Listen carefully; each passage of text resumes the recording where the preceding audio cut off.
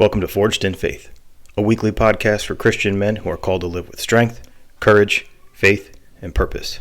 Here, we talk about what it means to be a godly man.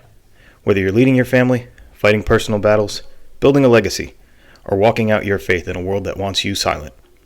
I'm your host, and each week we'll spend some time together in truth, scripture, and challenge to help you become the man God created you to be. Let's get forged.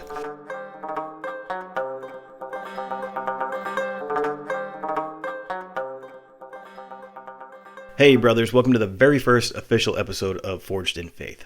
I'm really excited and honored to kick this off with something foundational, something that speaks to every man, no matter his background, season of life, or walk with God. Here's the truth. You weren't meant to do life alone. Now, I know some of our upbringings or popular culture has told us a different story. Man up, handle it yourself. Don't show weakness, bury it. We've all heard that. But let me ask you, how's that been working for us? Let's look at the stats. Depression, addiction, divorce, suicide, they're sky high among men. Why? Because isolation isn't strength, it's a setup.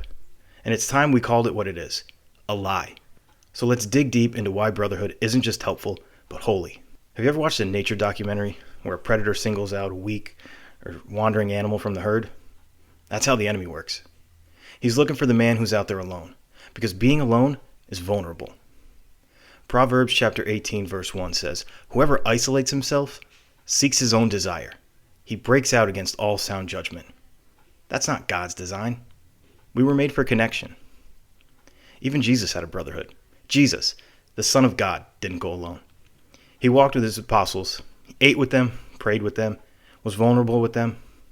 Even in his most human moment in Gethsemane, he asked his closest friends to stay awake and pray with him.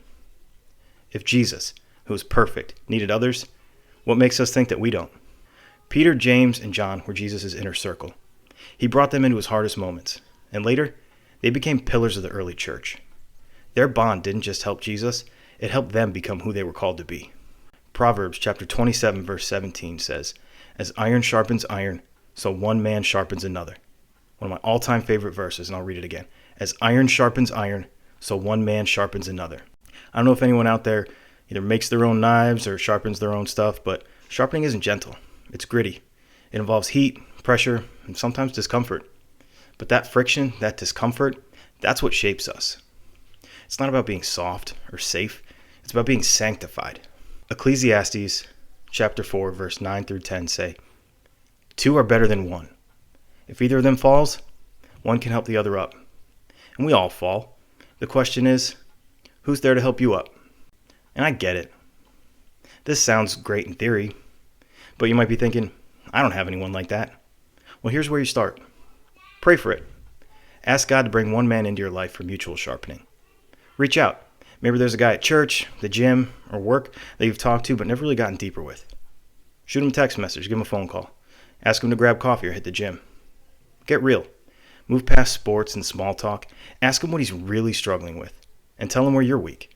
You don't need a dozen men. You need one man you can be real with. Start there. So this week, I want to challenge you. Don't wait. Don't coast. Don't stay isolated. Take one bold step. Text or call one man.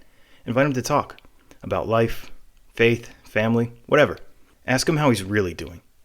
Be brave enough to go first. And if you already have someone, ask this. How can I be a better brother to you this week? Because brotherhood doesn't just happen. It's forged. Remember, as iron sharpens iron, so one man sharpens another. Who sharpens you? And just as important, who are you sharpening? Write it down, pray over it, take action.